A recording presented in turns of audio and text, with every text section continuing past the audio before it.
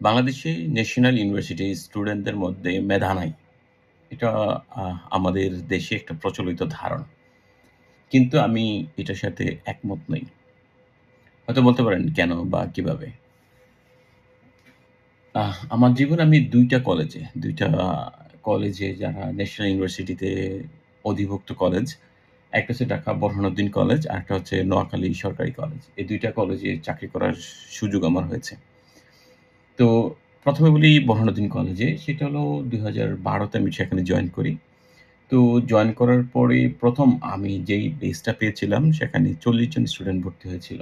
১ম ফার্স্ট এর আগে আর অন্যান্য ছিল, আগে বেচ ছিল। কিন্তু ওইটা ছিল আমার ১ম বেচ। তো আমি যেই স্টুডেন্টদের পেয়েছিলাম, তো আমি আমার কাজটা ঠিক চেষ্টা করেছিলাম করার জন্য। আমি তাদেরকে ইন্সপায়ার করেছিলাম। তো সেখানে ৪০ জনের মধ্যে যখন ফার্স্ট ইয়ার ফাইনাল পরীক্ষা দেওয়া হয়, তো সেখানে ৩২ জন ফর্ম ফিল আপ করে এবং ফাইনাল পরীক্ষায় বসে আরকি। ৩২ জনের মধ্যে পরীক্ষা দিয়েছিল যখন রেজাল্ট দিল, তখন বোরহানুদ্দিন কলেজের সেই ৩২ জনের মধ্যে ৩০ জন ৩ পয়েন্টের উপরে পেয়েছিল। ৩ পয়েন্টের উপরে পেয়েছিল। এবং তার মধ্যে একজন পেয়েছিল ৩.6 মেবি বা 3.4 3.4 কয়েকজন পেয়েছিল। যে ফার্স্ট ইয়ারে ইসলামের ইতিহাস থেকে, ইসলামের হিস্ট্রি নামক সাবজেক্ট থেকে আপনার আ 3.4 বা 3.6 পাওয়া this is too much difficult, too much difficult. তো যাই হোক, তো যখন এটা হলো তার পরের ব্যাচ আসলো। আসার পরে আমি বর্ণাঢ্য কলেজ ছেড়ে আমি চলে গেলাম ব্যাংকে চাকরি করতে। পরে দীর্ঘদিন পর আ আমি আবার নোয়াখালী কলেজে জয়েন করি। তো এই বর্ণাঢ্য কলেজে যখন ছেড়ে চলে যাই, তখন আমার স্টুডেন্টরা খুব মন খারাপ করেছিল। তো পরে আমি ওদের খবরাখবর রাখতাম। তো আমার একটা ধারণা ছিল কি যে এই বর্ণাঢ্য কলেজে যেই ছাত্ররা আছে, যে আমি ৩২ জন রেখে আসছি। এই ৩২ জন থেকে এট লিস্ট ২ থেকে ৩ জন বাংলাদেশ সিভিল সার্ভিসে জয়েন করার মতো ক্যাপাবিলিটি আছে তাদের।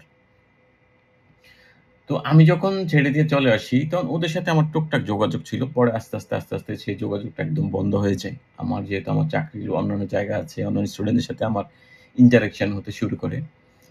তো পরে এই বর্ণাঢ্য কলেজের স্টুডেন্টদের পরে খোঁজ নিলাম। সেখান থেকে যখন ফাইনাল 4th ইয়ার যখন তারা বের হয়, সম্ভবত ২ জন বা ৩ জন কোনরকম টেনে-টুনে 3 পয়েন্ট নিয়ে তারা বের হয়েছিল। অথচ এই ৩২ জন ছেলে-মেয়েদের মধ্যে আমি নিশ্চিত করে বলতে পেরেছি। আমি বলেছিলাম যে এট লিস্ট ২ থেকে ৩ জন ক্যাডার সার্ভিসে অন্তত ভালো জায়গায় যাবে তারা। কিন্তু আসলে তারা যায়নি। তারা আমি চলে আসার পরে তাদের সেই পড়ার স্পৃহাটা তাদের চলে যায় এবং আমি তাদের সাথে জিজ্ঞেস করেছিলাম কেন করেছিলাম? কেন তাদের এই অবস্থা? তো তারা যেটা অ্যান্সার দিয়েছিল সেটা আমার আমি বিশ্বাস করিনি। তারপরে আসলাম বোরহানুদ্দিন কলেজে। সেখানে বিভিন্ন কলেজে সাধারণত ইসলামিক হিস্ট্রি সাবজেক্টটাকে একটু ব্যাকওয়ার্ড সাবজেক্ট হিসেবে দেখি। যদিও আমি আমার সাবজেক্ট নিয়ে বেশ প্রাউড ফিল করি বা আমি দেখি যে আমি আমার সাবজেক্টটা বেশ ভালো পড়ে উপকৃত। তো সেখানে যখন গিয়েছি তখন আমি যখন পেয়েছিলাম, তখন আমি আমার কাজটা করার চেষ্টা করেছি। স্টুডেন্টদের ডিপার্টমেন্টে বিভিন্নভাবে আ বিভিন্ন কারিকুলাম এক্টিভিটি যোগ করার চেষ্টা করেছি। তাদেরকে বিভিন্নভাবে ইন্সপায়ার করার চেষ্টা করেছি।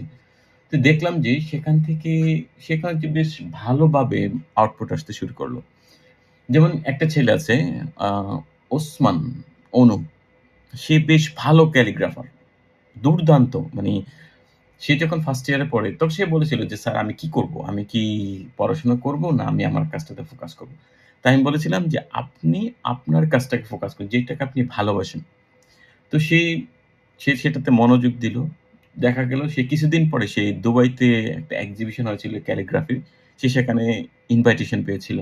কিন্তু এখানে আসার মতো তার এবিলিটি ছিল না, টাকা ছিল না। সেজন্য আসতে পারেনি। তো সেই ছেলে এখন বেশ ভালো জায়গায় আছে। এখন তার মেবি মান্থলি প্রায় 100 কি বলে প্রায় ৳1,00,000 মতো ইনকাম পার মান্থে। এছাড়া আরেকজন ছিল রিজভী। সে ছিল আরেক ১ ইয়ার এগিয়ে। তো তাকে সে খুব ভালো ফটোগ্রাফার। ভালো ফটোগ্রাফার এবং সে বাংলাদেশের বেশ আ এই ছোট মানুষ। বেশ ভালো নাম কয়েক জায়গায় সে ফার্স্ট পুরস্কারও পেয়েছে। ফার্স্ট হয়েছে ন্যাশনাল কম্পিটিশন এ। ফার্স্ট, সেকেন্ড, থার্ড হয়েছে। তো এই ছেলেকে যখন আসলো তখন সেও আমাকে ঠিক একই প্রশ্ন করেছিল। তাই আমি বলেছিলাম যে, "আপনি আপনার যে কাজটা আছে সেই কাজটাতে ফোকাস করেন।" এবং সে তাই করল এবং সে খুব ভালো আছে। সে ভালো করেছে। এবং এইখানে যারা আরেকটা আছে সাখাওয়াত।